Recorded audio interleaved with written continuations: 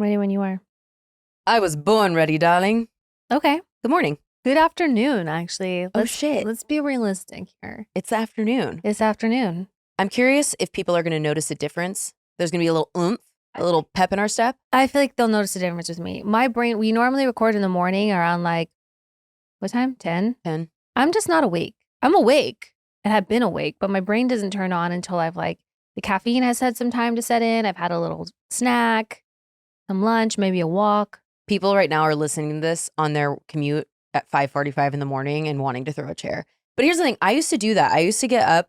Sometimes I would have to be up at 4 for work. And I'm not sure now in hindsight how I did that. But we're in the afternoon and I feel really good about it. I feel great about it. We had a schedule change. And a friendly reminder, send us your hometown heroes and your WWDDs at disrespectfullypod@gmail.com. Period. So we can help you. How are you doing? I'm great. Are you? Yeah. Okay. How are you? How am I? How am I? How am I? Strugs to funk, but I've been in a little bit of a funk. I don't need to point it out to anybody. That shit is literally what the fuck is happening? Welcome to Disrespectfully with Katie Maloney and Dayna Kathan. Unapologetically, we're here to do what we want to do. Spilling the tea. Babe, you're gonna see the power of women, disrespectfully. Every day is worse than the last. I just don't even know what to say anymore. I've just saw a bunch of videos of people filming ICE at the airports, and they're literally doing nothing. They're running from people filming them because they can't have their masks on. They're sitting on their phone, texting, hanging out in little cluster groups, not assisting with TSA at all, which is the whole point of them being there, supposedly, allegedly.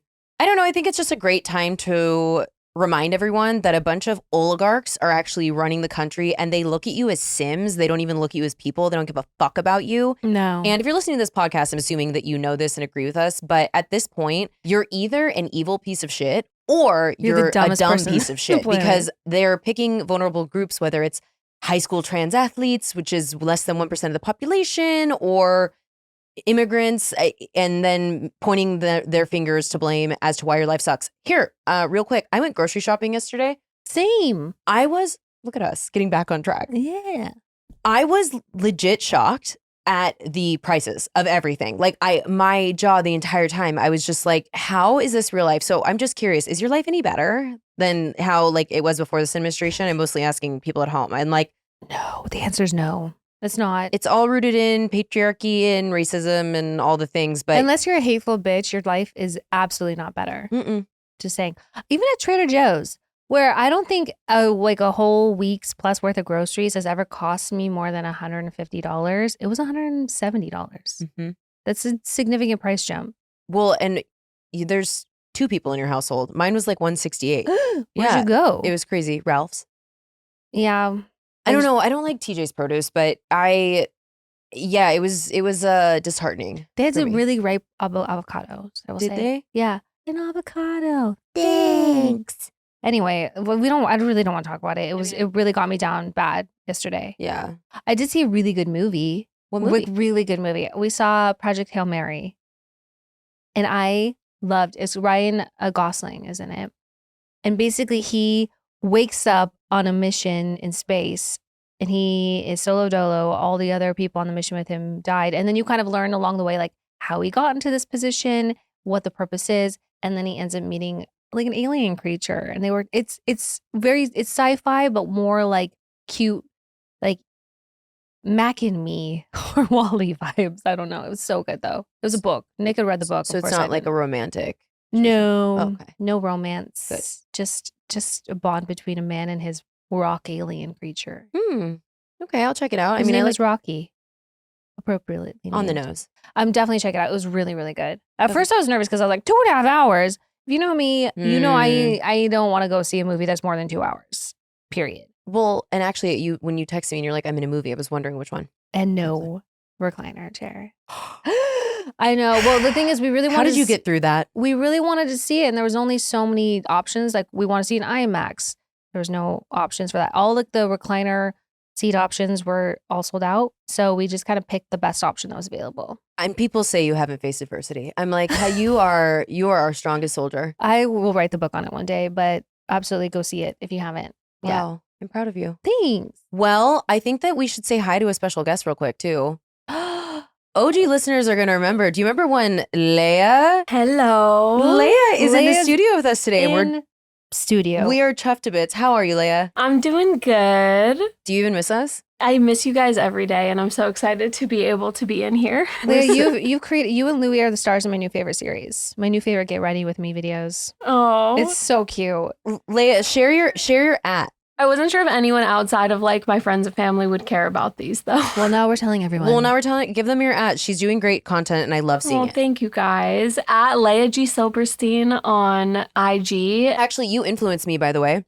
I haven't gotten the ingredients yet, but she made a chia seed pudding that she had in Hawaii. That really pissed people off, by the way. Why? Because we were making chia seed pudding and Louis made a mess. He like had his hands in it and stuff. And people were really upset about that for some reason because it was making a mess and it was like gross to them. And I was like, you guys aren't eating this. You don't have to clean my kitchen. Yeah. Louis came from your body. I'm pretty sure you don't mind. I kiss him on the mouth. Yeah. Like I will eat pudding that he put his hand in. I will eat pudding that he put his hand in. His hands are so cute. Yeah, me too. In a non-weird way, but we're down. Actually, speaking of, have you ever had a toddler feed you a soggy cracker with their saliva-soaked hand? Yeah. Yes. Please. Lenny and Ro, when they're like little, and they like put it in their mouth, take it out, and you have to eat it. It's an offering. Yeah. It's just kind of how. It's also being shoved down. There's no choice. Whole little fist in your mouth. Yeah. It's disgusting, but it's so adorable. Keep up the good content. We love seeing it, but love you. I'm so happy you're here today. Love you guys. I'm so happy to be here. Well, should we? Do you not have anything else? No, I'm fucking miserable. So okay, that's. I love you guys though. We're gonna kick this back up. This is gonna be miserable. This is gonna be a fun episode, but I'm having a hard time. But everyone has hard times. Hard times. This morning, I will say I did put myself in the way of joy. I didn't allow myself to listen to a sad playlist. I listened to like a mixed bag playlist, and Under Pressure came on. And I had a little dance. I'm like, God, it's such a good song. And then I put a face mask on and I sat on a pillow near my sliders and like basked in the sun for a while with Laszlo. And and I was like, don't be a miserable fuck. So that is my goal. You should have gone for a walk. Well, we didn't have enough time because I had like 15 minutes before I had to get ready. Oh. I slept in. I was like, the horrors. Well, now with our later record time, there is time in the morning. There is time in the morning. I love it. I do too. I've already completed so much today. You have. I did dishes too. I made breakfast and I made lunch. And you sat in a non-reclining chair at the movie theater. You are so strong. I know. And Women can do anything. I drove in traffic today too. Let's not forget. Yeah.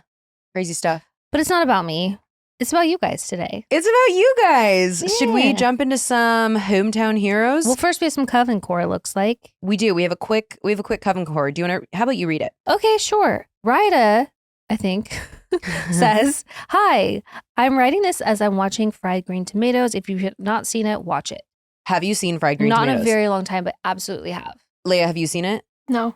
This is one of my favorite movies, and I need everyone to watch it. They apparently more in the book, it explicitly says that they are there's a lesbian dynamic between them two, and I actually really love that. Okay. And it makes a lot of sense to me, but it's also just such a goddamn good movie. Mm-hmm. Everyone needs to watch it. Okay. I just want to say thank you. Last year, I was a pussy-ass bitch. There's no nice way of saying it. I was struggling mentally with ADHD, anxiety, and perimenopause. And your country's politics as USA has always been close to my heart. Where are you from, I wonder? But there was a silver lining. Your podcast gave me a safe place. Your voices are soothing. And I understand that thing that I cherish most in life are the people around me. I just love the people around me. And I love wine. Did I write this? Drinking wine one night? This life is too short to restrict yourself. Have the wine, buy the clothes, eat the cheese, and laugh. And watch movies. Love from Finland. I want to go to Finland. Finland. Can I say one thing? When I was at the doctor today, they always make you stand on the scale. Because it was like for a follow-up for the GPO1, they're like, okay, let's just see the progress. And I was like, hold on. I was just on a trip. There's pina coladas involved. Dessert. She was like, it's okay. I mean, yeah, had I like put on a few LBs from last week? Yeah, and I don't care. Oh, but it's life is too short. I'm not going to ever regret not having a pina colada or having dessert or whatever. I still think about the dessert. I didn't get to eat that one night last week. So yeah. Anyway, I agree with you. Rita. The thing is, I have been having a little bit of an existential crisis lately because just how things are trending, and have been thinking about it a lot more in terms of just do now while you can. And we're planning for this future that I just don't think we have. Like, not necessarily the world ending, but in terms of, you know, the system that was set up for the generations before us. And if you work hard and then you can buy a house and you can do this and retire at this age, and it's not trending in that direction. So yeah, I say do what you can while you can. I also think someone said if you put the entirety of Earth's existence, if you consolidated it into a 24-hour period, modern day humans would appear in the last 4 seconds. So like it's so much has come and gone. And I actually started that dinosaur thing. I forgot about that. I just started it, so we should watch it and chat about it because it's super interesting. But when they talk about this huge weather event that happened and it was 1 million years that went by before the next iteration of greenery on the planet, it's just like hard for your brain to comprehend how stupid, silly all this is. It is. That's why we've seen a trend in cigarettes making a comeback, because people are like, what's health anyway? What's the point? Fuck it. That's where we're at. Do more and fuck it. Yeah. Have every experience you can and just live your life. And also, I mean, we talk about this all the time, but sourcing joy is so important right now. Yeah. It really is. No matter how big or small that is, go get a sweet treat. You know I will every damn day. Do you know what I really want? Soft serve ice cream. A banana split. You were close. When's the last time you had a banana split? Well, I had this version of a creme brulee banana sundae at the Restoration Hardware restaurant in Newport, and it was fantastic. Banana split that's so specific. Well, I was listening to an audiobook last night and someone mentioned one and I was like, oh, whimsy. I think about soft serve every time I'm here because next door. So true. Anyway. Well, let's get into some hometown heroes. Home. Apple says, hi, ladies. I absolutely love listening to the two of you. Y'all provide a space that allows me to gain new perspective, supply me with new catchphrases, and just simply exist without burden. My name is Apples, my nickname for the sake of an anonymity. And I want to tell you in the Coven about one of the funniest bar hookup experiences I've ever had. Or is it anonymity or anonymity? What did I say? You can keep it in. No, you said it correctly. I just was reminded of how I said it, which I've been having like strokes when I try to talk. Anonymity. That's what you said. Okay. It was the best friend's 22nd birthday, and we decided to throw a big old school-style bash with jungle juice and all. My best friend hates fruity drinks, so she decided to make her own jungle juice that consisted of 3/4 of a handle, yes, handle, not a bottle of Crown, with about half a bottle of cranberry juice and a splash of triple sec. The mixture tasted like fresh death. I am definitely more of a tequila girly, but will do just about anything for my besties, especially on her birthday. So I went ahead and indulged in this ever so toxic drink mixture. I'm literally like not even hungover and slightly gagging. Yeah. So much that before we even made it out of the house to go to the local bar that was in walking distance from my apartment, I was so googly-eyed that I probably couldn't even tell you my name. Naturally, upon arriving at the bar, I'm pretty sure oh my God, ordered an AMF. Oh. For the kids at home, if you don't know what an AMF is, it's called an adios motherfucker. It is blue and creepy, and if you have one, you will black out. It contains every type of alcohol. It's like a Long Island iced tea. We also had one at my college bar called a trash can, which was similar. And I'm like, who's giving those out? Trash can is a way more appropriate name than adios motherfucker. If you want a sidewalk sleep, you want a sidewalk nap, then go ahead and have a trash can. If you want to black out and not remember anything and wake up in a shower in Las Vegas, do it. At the point, these cocktails were basically a memory loss and truth potion. I remember small glimpses of the evening, but the next day my friends told me I ended up disappearing from the bar about an hour after we arrived. They said they found me in my comfy clothes all wrapped up in bed, so they assumed I drunkenly wandered home. I was alarmed that I didn't remember going home, but as things started to click, I went about my day. By about 10 a.m., along with a pounding hangover, came a memory. When we got to the bar, we rented a VIP booth, which kind of is unimpressive and only costs like $30. We live in a small town. Sitting at the VIP booth automatically makes us popular girls. Everyone wanted to sit with us. So, of course, we invite some boys to come over.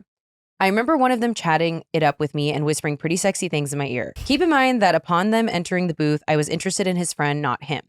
To my dismay, I remember going out to one of the two balconies at the bar. There is a public balcony and a private one for the VIP. Even though we were in fact sitting in the VIP, we went to the public balcony where I proceeded to perform oral sex on him. What?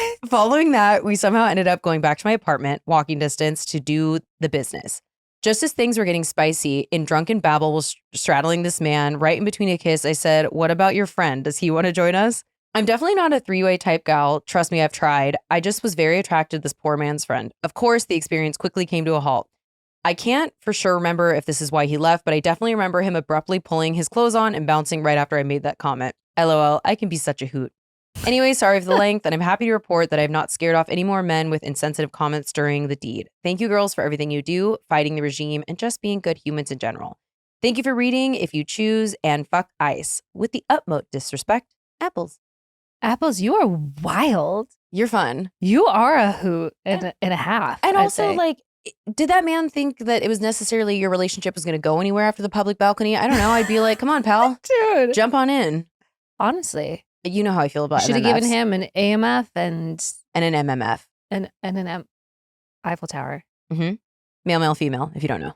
Oh my God. Nick's dad, stop listening right now. Oh, Tony, cover your ears. Guys, we were at the beach and Nick was like, hey guys, my dad just wanted to say that he loved the most recent episode where he learned a lot about golden showers. And I was like, I love your parents. Why are they listening to Happy this? birthday, Tony. Today, the recording is Tony's birthday. So happy birthday to you. Happy birthday. I'm so sorry that you just heard all of that. My God. Anyway, wow, Apples. Wow.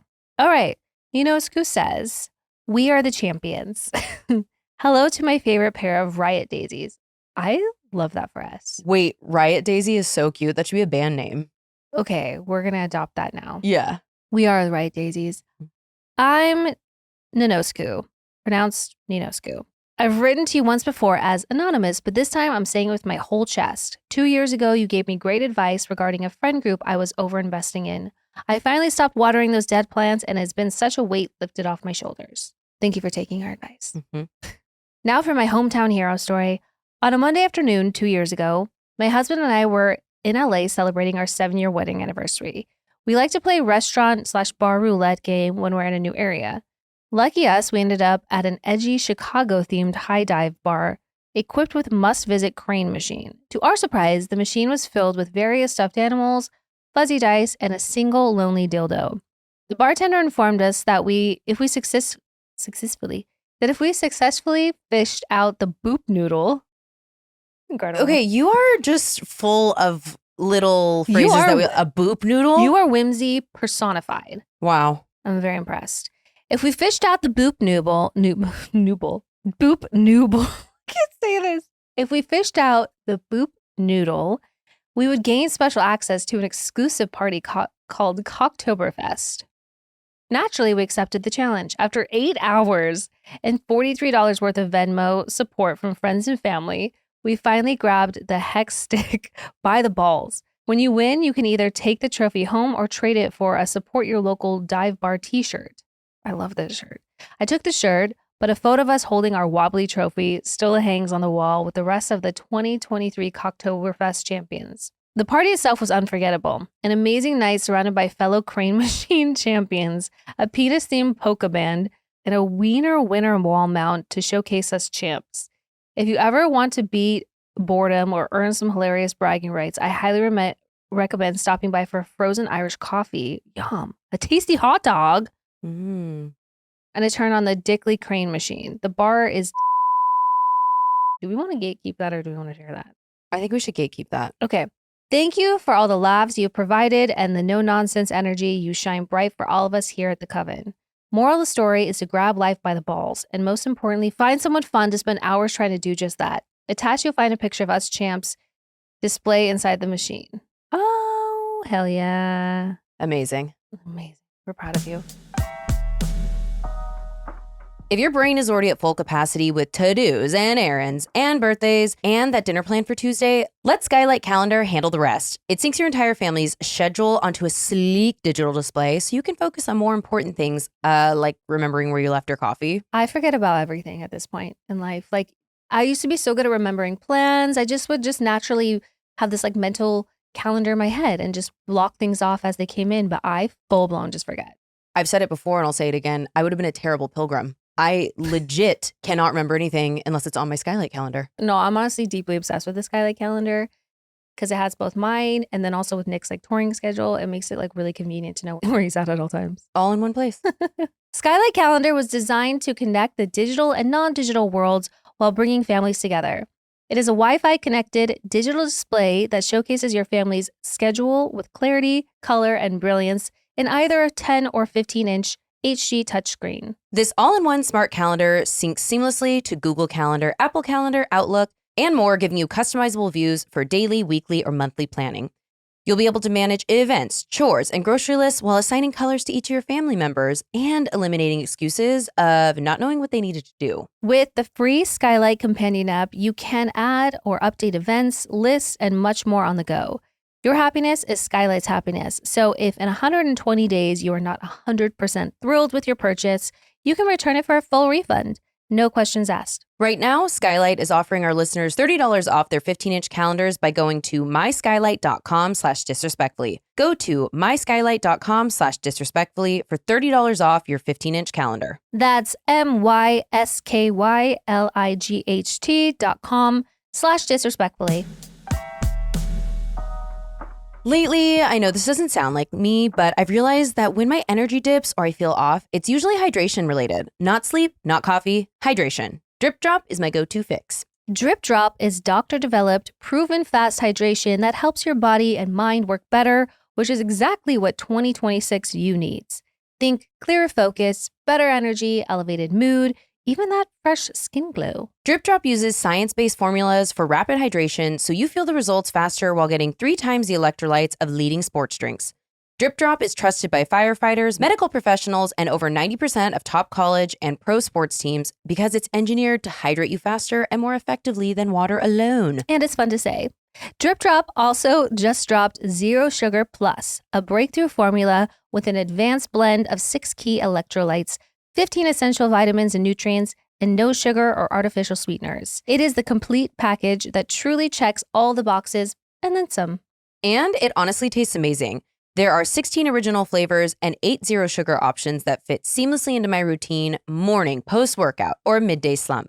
My personal favorite is obviously the strawberry lemonade. To make it easy, Drip Drop has flexible subscription options so you're never stuck without proven fast hydration. Whether you're hitting the gym, juggling work, or just trying to stay consistent with your spring reset. Right now, Drip Drop is offering podcast listeners 20% off your first order. Go to dripdrop.com and use promo code disrespectfully. That's dripdrop.com, promo code disrespectfully for 20% off. Stock up now at dripdrop.com and use promo code disrespectfully.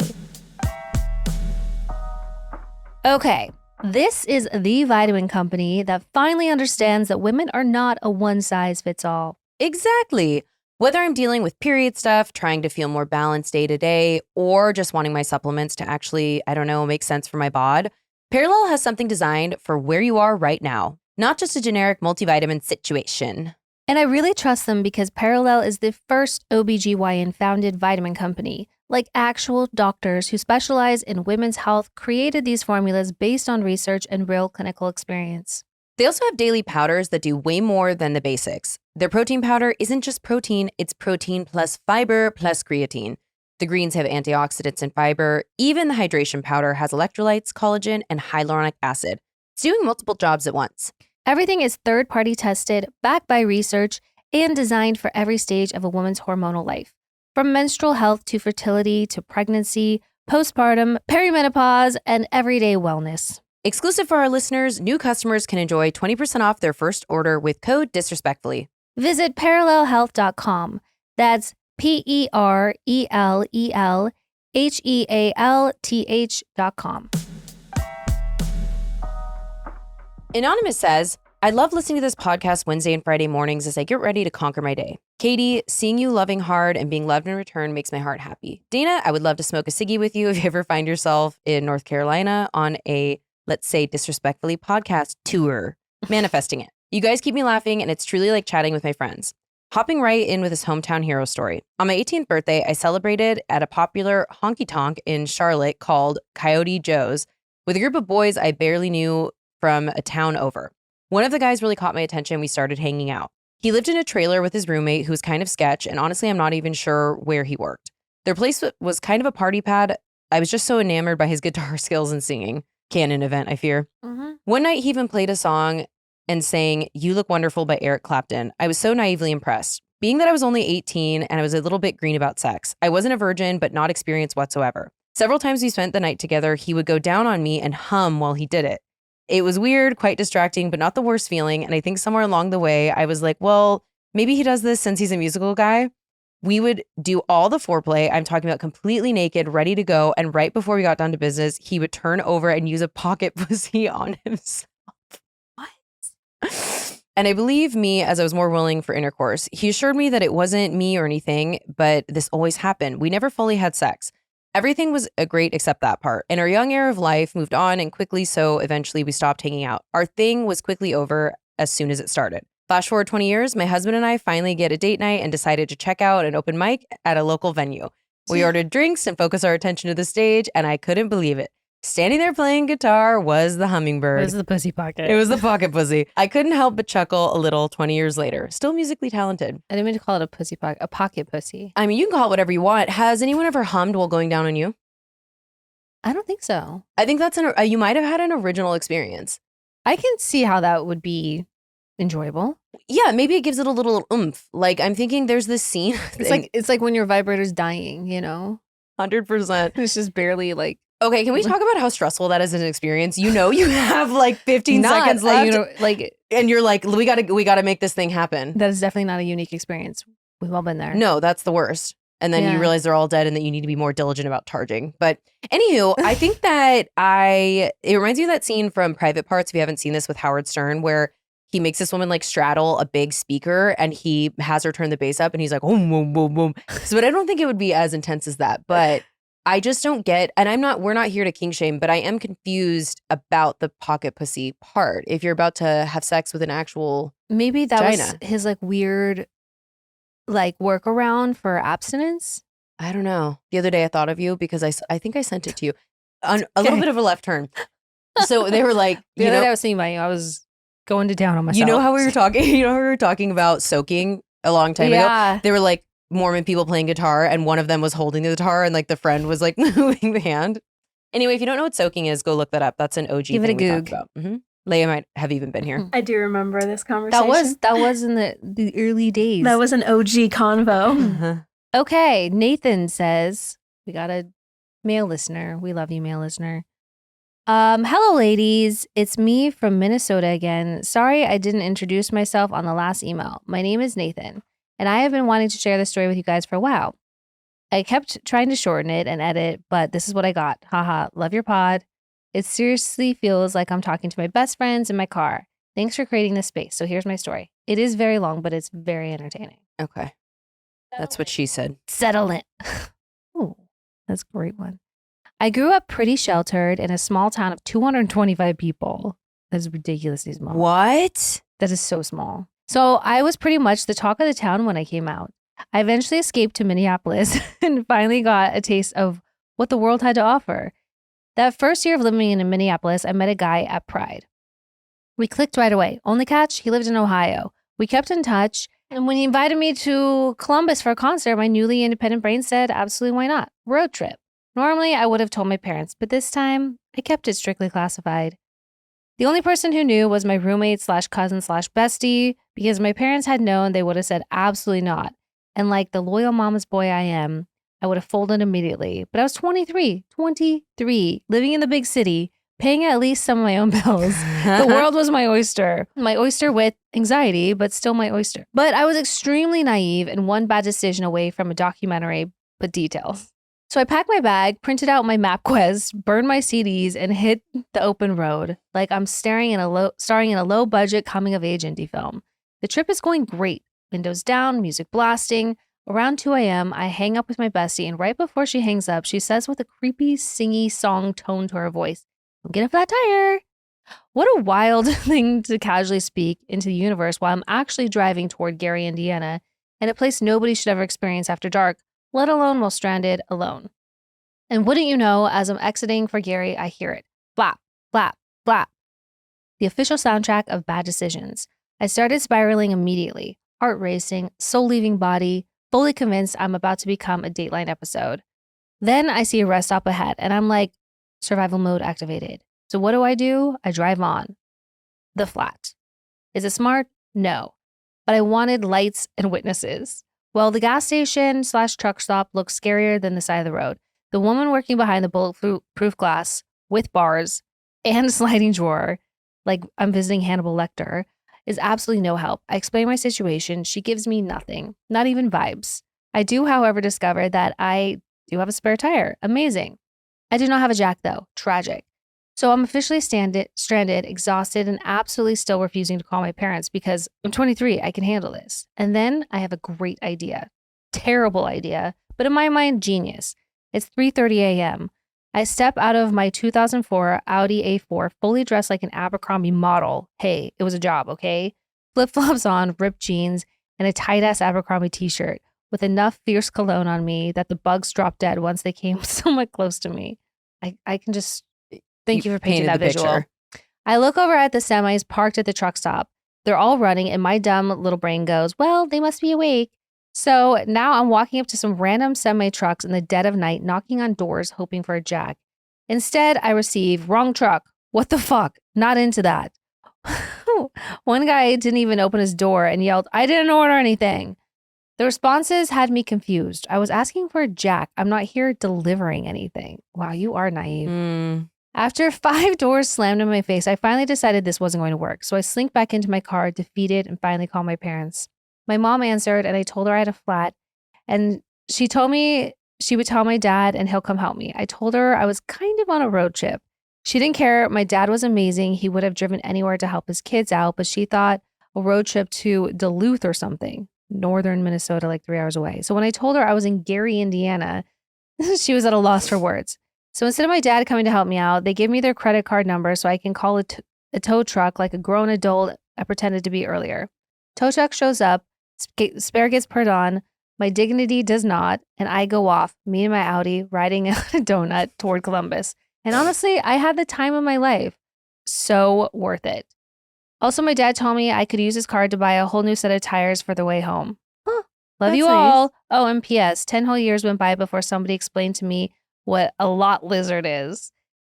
When they told me, my mouth dropped to the floor and thanked whatever or whoever was watching me that night because things could have turned real bad if I didn't get those dorms slammed in my face. No, you're a lucky duck for that. So lucky, but damn, also your parents are really nice. You should have just told them. This is one of those experiences in life where you're like, wow, I can actually like have an adult relationship with my parents. Because I feel like that way too when I was like living on my own in LA. I feel like even if I was planning to take a trip, I was like, felt like I had to tell my mom. Mm-hmm. It wasn't necessarily asking permission, but I was always scared that she was going to like talk me out of it or something. Yeah. And I mean, I'm sure she would have. She didn't. Quick story about being naive in tires. I was 26 and I had gotten my first big girl car and it had run flats on it. So you can run something over and it basically gives you like 50 or 60 miles to get somewhere to your tire won't deflate. I was told they were run flats. Bought this car for I bought it myself. Tire basically exploded. Like I was like, oh, that must be a run flat. It looks pretty flat. So I thought it was still Sparks. I thought it was still a run flat. I drove several miles, including on a freeway, to go get my car to a dealership. And I was like, oh, it's a run flat. And the guy's face went ghost white. And he was like, did you drive here on this? And I was like, yeah. So anyway, I'm lucky that I didn't get in a serious accident, but we're all naive in our 20s about cars. Wow. I wouldn't know. I'm still naive to this stuff. So. I was like, huh, that looks like a normal flat. It was. So anyway, yeah, made it out. Damn. Sarah says, hi, Coven. Back in February, Dayna mentioned how the rates of colon cancer in younger adults are skyrocketing. With my recent diagnosis of stage 2 colon cancer, I want my fellow Coven members to be physically and mentally strong enough to take down the fascist pigs, fight the patriarchy, and show we can, in fact, flourish if we take care of each other. Sorry, this is long. I'm not trying to be alarmist, but it's an extremely important topic everyone should understand. A quick backstory. I am a 40-year-old, very active, healthy individual who eats lots of fiber, is a nutritionist and personal trainer, and has a degree in public health, and very educated on chronic health conditions. In the fall, I started to experience digestive changes, abdominal pain, and bloating. It would come and go, so I didn't think too much of it. But after 2 months, I finally asked my PCP for a referral to a gastroenterologist. My gastro ordered a colonoscopy, blood work, and stool tests right away. The colonoscopy in January showed I had a large tumor growing in my sigmoid colon, the area right before your rectum. To say I was shocked and confused would be an understatement. More blood work and CT scan and eventual surgery within 4 weeks. I'm just over 2 weeks post-op, just received my grading, stage 2, no lymph nodes impacted, no other signs of areas of my body, and will be seeing an oncologist to discuss the possibility of short-term chemo. I'm one of the lucky ones. Despite being one of the few preventable cancers, young adults are the only population group experiencing an increase in colorectal cancer and currently the deadliest cancer among young men, the second deadliest among young women. Cases in adults under 50 are rising by 3% annually. The current recommended age of a colon cancer screening with a colonoscopy is 45 years old. If you are under 45, regardless if you have risk factors, you can still be eligible to have insurance cover a colonoscopy if you ever tell your doctor one of your parents or a sibling has had a precancerous or cancerous polyp. Should you have to lie to get screenings done? No, but this is the United States. Report any digestive systems you have. It doesn't have to be bleeding or extreme pain. Like other cancers, it can be very quiet until it's not. Unexplained weight loss, fatigue, bloating, digestive changes, loud digestive sounds, and mild abdominal pain can all be signs of colon cancer that require a colonoscopy on the spot. I know colonoscopy prep, anesthesia, and getting a camera up your butt sounds dreadful, but the prep is the only awful part, trust me. Trust me when I say I was doing colonoscopy prep and getting a camera up your ass for 15 minutes is far easier than surgery and or chemo. The at-home Cologuard test cannot accurately detect precancerous polyps, only active cancer and blood in the stool. I know I will be okay. Our pathetic president will not outlive me, and I will be here to spit on his grave and celebrate with a small glass of champagne. Take care of yourselves. We all need you. Cheers, Coven. Sarah. Oh. Sarah, thank you so much for sharing that. I obviously were rooting for you. I know you're going to be okay too. And also I love that. Every time I get discouraged, I'm like, gotta outlive that man. Mm-hmm. But it's such a good reminder that you can be totally healthy, but you really need to listen to your body. Yeah, I say knowledge is power. Getting your annual exams, just staying on top of those things, so that way you can hopefully catch certain things that are preventable, that can be treated before they turn worse. And also in the United States, because our healthcare system is so fucked up, advocating for yourself is really important. Mm-hmm. If you know that something's wrong and you're hearing a no, go to another general practitioner. Exactly. Okay. Casey says, "Hey ladies, such a big fan of you both and love you so much. I just had to share a recent experience I had in a gay club. I went to my local gay club for a drag show. I got there early in case it was going to be packed and had been waiting for my friend. I was sitting at a high top with 2 stools when a man who looked like he was tweaking on something approached me. He asked if the seat was taken. I told him yes, my friend would be there any minute. He says, well, I won't be here long, and decided to sit next to me anyway. Ugh. He would not leave me alone, so I started panic texting my friend who was literally 5 minutes away when a woman ran up and hugged me. She whispered, do you know this man and do you want me to save you? I said, yes, please. She looked at him and said, this is my girlfriend. We're going over to our table. She happened to be at the club by herself and told me that she had been watching that man harassing women the whole time she was there. Multiple people came up to me after the fact and asked if I was okay, and eventually the man was kicked out. The woman who saved me told me she was trans, which I was delighted because my niece is trans as well. This is just another example of why we must protect trans people and support our sisters and not just our sisters. This was definitely long, but I hope you read this. From Casey. I mean, I love women. I love it. I love women. And also we always say this when people are like, it's long and it's perfectly consolidated. Perfect length, yeah. We as women need to be looking out for each other always. Like I love hearing those stories. It's not just about you're looking out for your friends. Just be aware of your surroundings for others. And I feel like that karmically puts it out there that if we're all doing it for it'll come. Recognize when someone is having an experience with somebody that is unwanted, unpleasant. Just we all have been there, so you know what this looks like. So if you ever see that, just be that person that can go save them. Look out for each other. Yeah.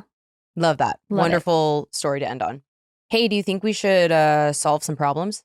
I've never felt more ready for anything in my life. Oh my God. Okay, let's do a little WWDD. Perfect. Anonymous says, hi, Katie and Dana. I love listening to you both every week, and you always have me smiling like a psychopath on my commute on the train. Keep being you. I'm sorry this is a bit long. Hopefully it will still be worth it to read. I need advice about a situation with one of my closest friends. I've known her for almost 20 years, and she's my only friend I still have from high school. We were super close growing up and even lived together, but things feel different now. We both started dating our current partners around the same time about 8 years ago. I got to know her boyfriend really well, and they seem to have an amazing relationship. I was a bit jealous because my own relationship was more of a slow burn, and they seem to have instant sparks. Flash forward to now, I recently married the same guy, and we're currently working on growing our family. Our relationship is stable, happy, and without conflict, and since we both have great jobs, we live comfortably. Overall, life is good. My friend, on the other hand, is in a much tougher spot. Their relationship has become rocky, lots of arguing, financial stress, and they both have demanding jobs, which they put everything into. To make things worse, a couple years ago, she had a pregnancy scare and ended up getting an abortion. Since she doesn't have much in the way of family, I supported her through it all. It really affected her, especially because her boyfriend wasn't very empathetic about what she was going through. Yesterday, I found out she's pregnant again. And honestly, I'm feeling really disappointed. They don't use protection beyond tracking ovulation, and I just don't understand how this could happen again after how hard it was for her last time. On top of that, they're on the verge of breaking up because of all the other issues I don't have time to get into. I want to support her, but I felt so anxious and stressed after speaking with her. I couldn't even get out of bed for the rest of the day because I was drained mentally. I even briefly considered distancing myself, but she told me how much I mean to her and I can't just abandon her. I also feel awkward talking about my own life when things are going well for me and everything feels like it's falling apart for her. How can I protect my own peace but still be a good friend to her? What would disrespectfully do? I mean, first of all, that's just such a tough situation in general. And I think that I understand your feelings of maybe even a little resentment when they weren't taking steps to actively prevent a situation that was difficult for them in prior years. I think that you do have to distance a little bit. I think that you can still be a good friend and be there for someone if you are in a non-attacking, judgmental way, explaining how the situation is draining for you and how it's impacting you and how you want to be a good friend, but you also have a really hard time watching her suffer in this situation. Because sometimes in relationships, people cannot get out of their own way and they'll stay in something toxic and they just need to see it through. So no matter how many times you tell her, this guy sucks, I don't like what's happening with you, like look at how hard things have gotten, they're not going to hear it. So I think that those things can coexist where you're still really important to each other. You make sure she knows that you love her and you support her, but that you need to be protective of your own space. Yeah, I think as long as you're communicative of like where you're coming from, so it doesn't feel like you're just abandoning her or ghosting her or something like that. But I think she has to be able to understand. Even if she doesn't understand it, she has to be able to respect your space and your peace. And that's all you're trying to do. You're not trying to cut her off or judge her or anything like that, but just that you need to put a little space between you and the situation because you care about her and you want what's best for her. But, you know, there's only so much you can talk about or say without crossing a line or hurting feelings. I also think that if there is longevity in the relationship, she'll be understanding of that. Mm-hmm. If she's the kind of friend that you hope that she is. Exactly. But I do not envy you. No. I've been there before. Yeah, that's a tough one. I'm sorry you're in that spot. Okay. Beth says, good morning, you glorious babes. Listening to you two is my me time every week after I drop my kids off drop my kids at school and commute to my corporate job. Thank you for being a safe place. I'm just making words. Thank you for being a safe space, solace in shit times, and hilarious through darkness. Your vibe is everything.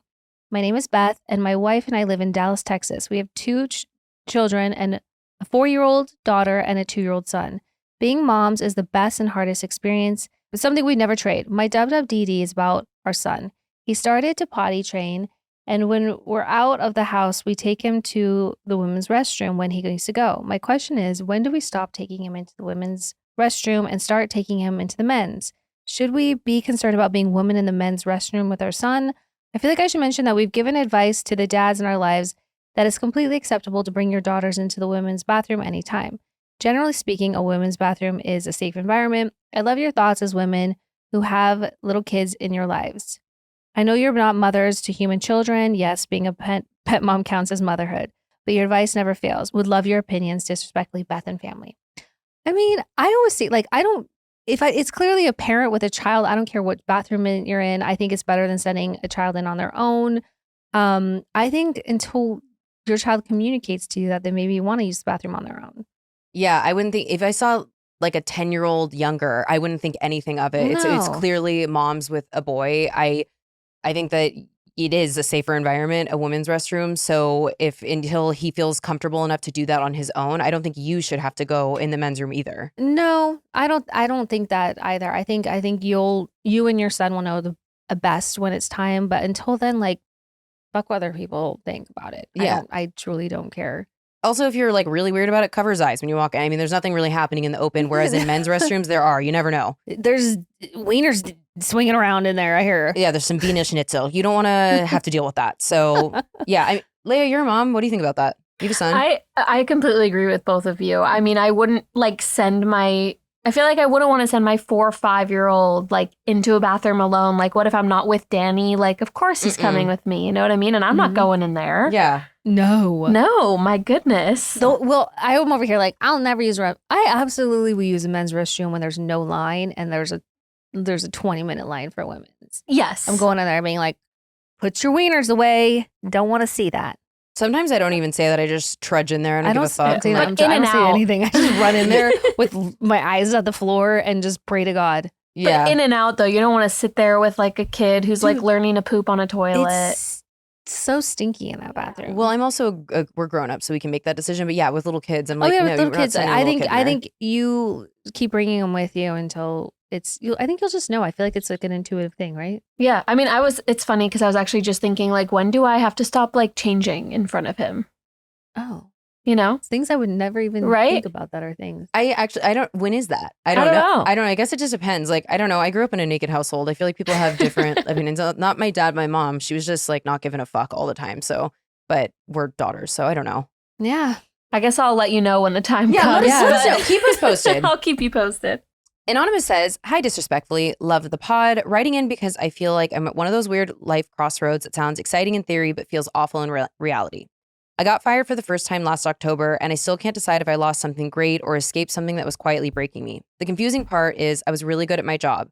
My team and my clients loved me. I worked hard. I showed up. I was told I was on track for promotion that just never came. Instead, it turned into one of those slow burn situations where my manager clearly didn't like me. She called me and texted me at all hours, criticized me in front of the team, and make me feel small for doing things differently. And yet, I actually loved the job itself. I worked at a Pilates studio, and the community, my coworkers and clients, it all felt aligned. There was also a strange dynamic where she would choose favorites, pull them in close, blur boundaries, and then drop them when she was done. I was one of those favorites until I wasn't. I tried to do the right thing and went to HR and even our CEO. 2 weeks later, I was fired. I know I was good at my job based on how my team reacted when I was fired. Almost everyone reached out to check on me and said how wrong it felt and that I was pushed out.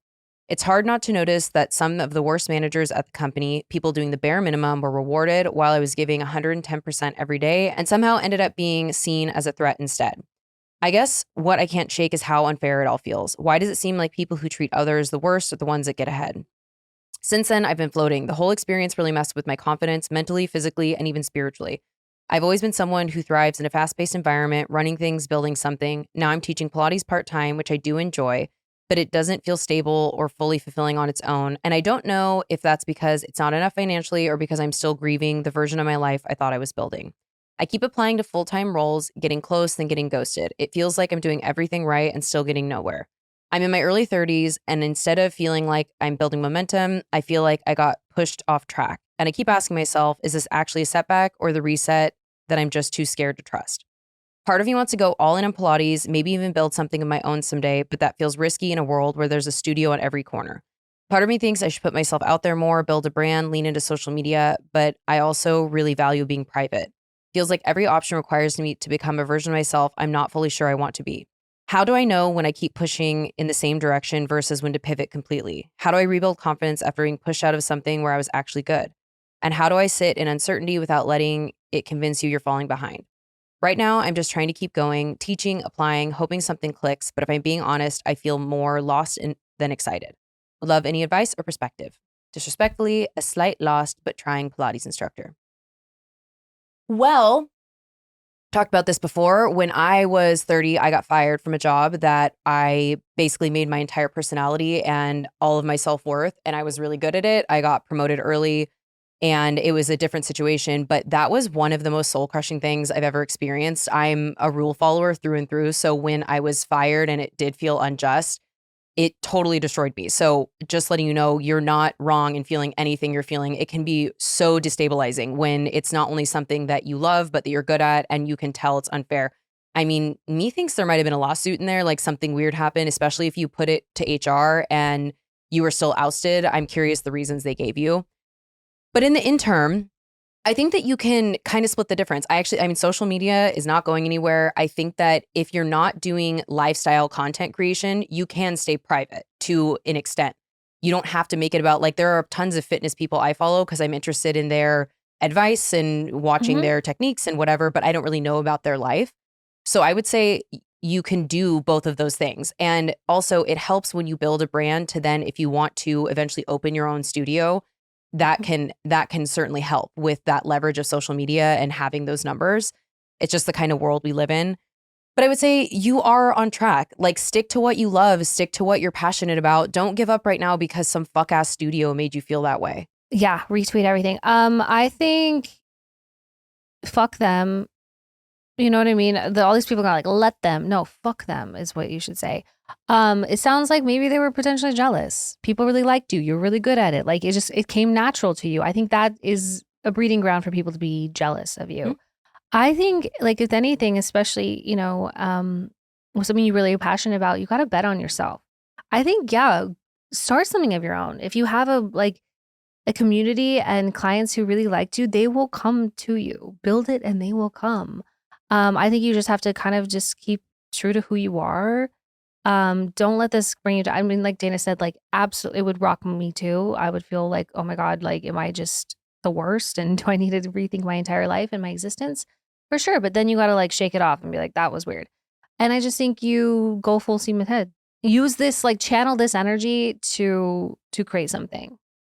Said it before, I'll say it again. We are on a rock floating through space. The rock is on fire and we're all going to die soon. Take the chances, do the things. I left my day job about 1.5 years ago. I was actually just reflecting on that. And trust me, there have been times when my butthole has tightened and things have been spooky scary. And I believe in what me and Katie are doing. We love this job. It is a passion. Had like a quote unquote job in like years now. Yeah. So it's like, it's really scary. It's really scary to be self-employed, but also just because there's a lot of good movies out, it doesn't mean that someone's going to stop making movies. So in terms of your Pilates, yeah, it's saturated, but I also think that during this time, you should really focus on what would your niche be.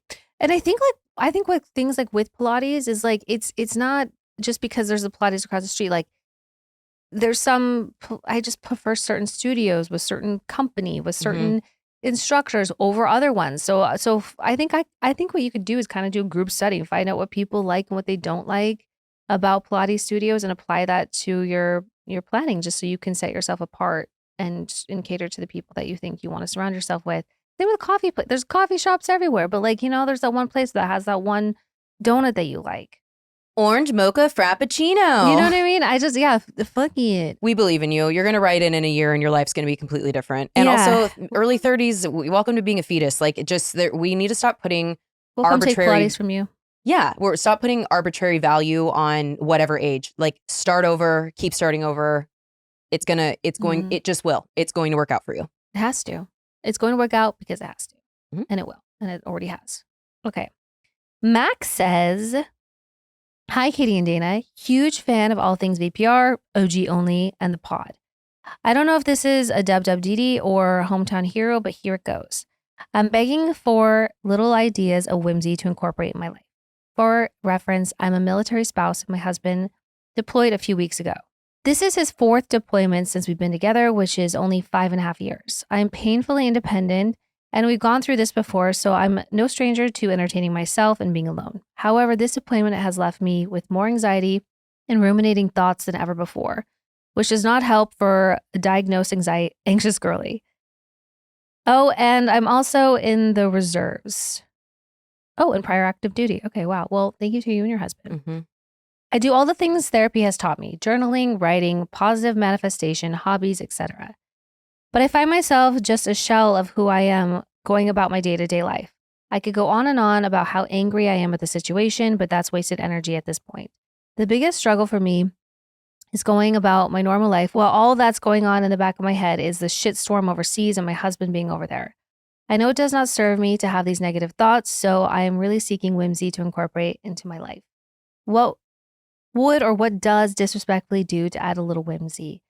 Most recently, I made a tiny cat gallery wall above my cat's food bowls. I want more things whimsical and magical like that. Thank you for bringing joy, laughter, and women empowerment at a time that I'm filled with deep feminine rage. Disrespectfully, Mac. Welcome. I think the cat gallery wall, we need a photo of that. Incredible. Get yourself a lava lamp. I can't tell you how like soothing and therapeutic it is to look at that. Like, again, it sounds like you are feeling your space where it makes you happy and brings joy. And that's the best way to inject joy into your life, is to like create a space that has just that. So whether it's color or things to look at or light, all those things, one of those galaxy light things, that's pretty fucking whimsical. I think also like having like little like whimsical rituals that, you know, like going in and getting a fancy little tea, or just having like a little lunch that like is whimsical, that involves, I don't know, something like fun and creative. I don't like, or like go to like a Korean barbecue or something. I don't know, just something that's just like where you're like kind of making the food, or do you get what I'm saying? Yeah. What else? Well, first of all, I think you are doing all the right things. Like Laszlo basically isn't a padded cell when she's eating. So that's like you have a gallery wall. Get a fairy door. I love seeing people's fairy doors. They're so cute. Let fairies come in and bless you. I agree about this. I personally added more color and art into my home to feel those things. I think that for me, whimsy comes from spontaneity in a big way. So I love it, anything that's like off the beaten path, that you're just walking around in your environment and you see an opportunity to do something, take a class, be silly, then just do it. I don't know. It's just about finding those little moments of joy, whatever makes you happy. It doesn't have to be some big giant thing. I think that whimsy for me often is in the little things. Yeah, I would say like baking sometimes feels whimsical, like decorating cookies. Go to like one of those pottery painting class things, or the Color Me Minds. I think anything that can involves like a level of like creativity, like in using your mind. I love those diamond painting things. I've been working on one for about a month and it takes so much time, but it's just nice and therapeutic, and it gets my mind kind of like off of things and onto other weird random things. Music. I like playing like records. Yeah, but the spontaneity of it all too. But you're doing the right things, and fucking good for you. Learn and also, a weird ass instrument. Yeah. Play a didgeridoo. I don't know. I just think that you're correct about the whole divine feminine rage and us just having to all get through it, but you're on the right track. Yeah. Keep going. Google it. What is whimsy? Send us a picture of the cat wall. I love that. Sarah says, Dear Dana and Katie, love you gals in the pod so much. The balance of realness and levity that achieve is perfect and makes me feel like I'm yapping with my best pals. Thank you for being you. Now to my question. Should I leave New England to move to Seattle? I've lived in Vermont since coming here for college in 2009 and have been so over it lately. I started a new summer job, which is crushing my soul, and the dating scene as a lesbian in my mid-30s is going to send me to an early grave. I feel that, sister. I love this state, but part of me feels like it's time for a change. I'm proud of the little life I've built in Vermont, and I have so many amazing friends here that I worry I'll regret leaving. My sister and partner live in Seattle, and I visited enough to know I like it there. But I know living there would be different. A cross-country move is such a huge decision, but I keep thinking maybe I need an attitude adjustment and to try a little harder to make things work in Vermont. What should I do? Thank you for reading this and any input. I mean, we talk about this all the time. I think if you have the opportunity and the means and you're not feeling right, get the wiggles out. Go somewhere weird. I also think that it's totally fair to put a deadline for yourself to decide. Like, okay, if in 3 months my life hasn't changed in this way, I'm gonna roll the dice and do it. You do need to know about Seattle that 9 months out of the year it is drizzly. So if weather is a big thing for you, I don't know as much about Vermont. I hear they have great syrup. You just keep in mind that if you're able to handle that. But if you feel like you're being called to someone else, especially if you already have someone out there, you have your sister and her partner, I think absolutely go for it. I think that do keep in mind, I've moved to 3 cities in my life and as an adult, and don't necessarily do it thinking the dating situation is going to improve. Look, lesbian dating, yeah, it's hell out here right now. I'm definitely experiencing that in my 30s. And I think that you just have to go with it for other reasons. Like that can be a factor, but it should be something more globally, in my personal opinion, because every city is going to have its challenges. There's the Seattle freeze, like there's just different dynamics. So just know you will face other challenges, but if you're feeling called to go somewhere and you can, go. Yeah. I mean, it's going to be the same game, different field. So if you're looking to change up the environment and the venue, then by all means go. I just say, yeah, fuck it. Do it. Do it. It's also such a privilege to be able to move. Like I've never been to either place, but like I say, yeah, Vermont gets snowy. So I imagine you could handle some rain. Why not?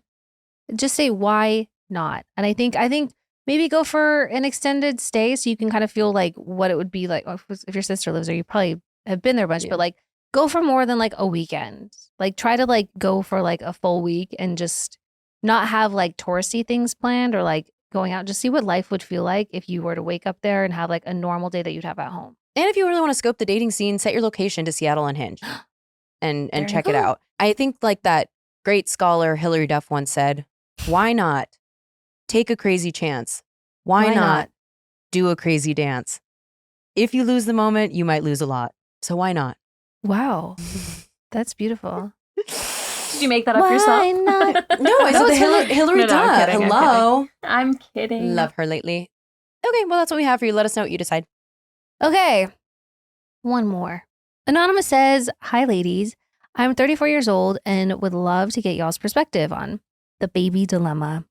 Basically, I'm approaching that biological time in life where I have to seriously consider if I want to have a child. I'm married and my husband and I are on the fence. I've never thought of myself as somebody who would become a parent. In fact, for a long time, I have been vehemently against motherhood. I know my trauma has shaped my perspective on becoming a mom, focusing on the negative, so many terrifying what ifs, and the loss of control of changing my whole identity. Then there are the rational reasons, like giving up independence and locking myself financially, physically, and emotionally into a life form which there is no turning back, no matter how hard it may be. Some present-day context, my husband is a medical resident. He will be an attending physician in 3 years. We are both around 37. We have 2 high-energy dogs that require a lot of exercise and have been renovating our house ourselves for years. I just feel like our lives have been go, go, go for so many years and have been in survival mode, keeping everything together. I should also note that my whole life has been one big dissociative era. I'm finally getting good therapy and I'm feeling embodied and safe for the first time in my life. My biological window will be closing just as we're finally approaching a time in life where we have more time, money, resources to just be. I just can't imagine going right into having kids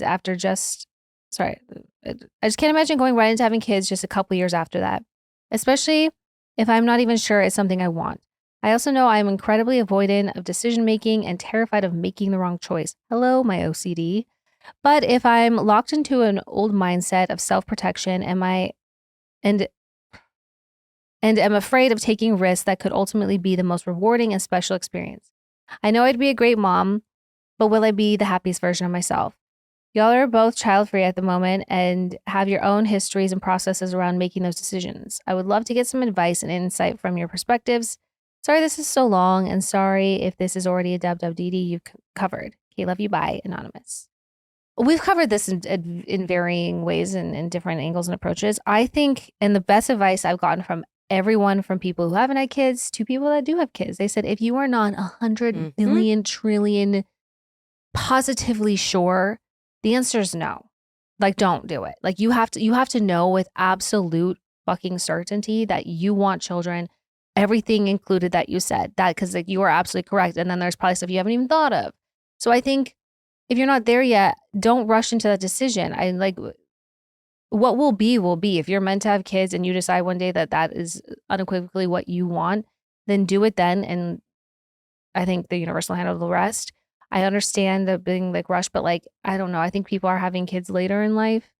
I understand the pause of not wanting to go from like being in a stress bubble to then just having kids because you don't get a moment to breathe. So I think that's my advice and where I stand on things. I am not 100% sure even that I want kids and want that life. I feel very great. And I've never had that pull and that ache inside of me to be like, to want children. So that's my process.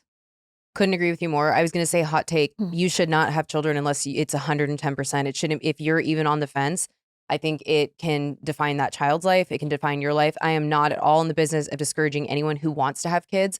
That's amazing. It's a special, rewarding, incredible experience, but there's a lot of suck that goes into having kids. You get those experiences, you get those milestones, like the long-term having a family grow, seeing what they become in life, but it is also really, really, really hard. And I think that I see too many people that are way too fast and loose about having kids that don't necessarily think all those things through.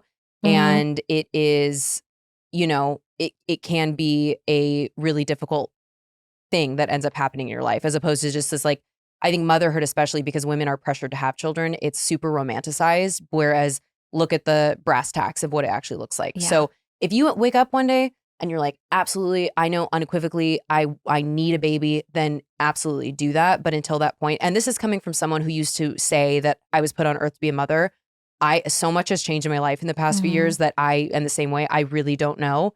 And until I've made peace with it, that I'm very much, I could see it going either way in my life. But like Katie said, what will be, will be. I was someone that even questioned it. I just always assumed that would be the trajectory of my life. But when I got divorced and I was like faced to like kind of like look at my life from a different perspective, I was like, do I really want that? And I've just like become more certain every day that like I really don't think I do. I really don't think. Well, I say every day, Sex and the City is a documentary, and there's a whole thing about shoulda, coulda, woulda, and Carrie's like, do we think that we want marriage and babies, or do we think we should have marriage and babies? Why are we shooting all over ourselves? Why are we shitting? Don't shit all over yourself. Yeah. Let's end on that. Yeah, I think that's a good place to end it. All right. Well, that's episode. Love you guys. Until Enjoy next time. your weekend. Okay, love you. Bye. Okay, love you. Bye.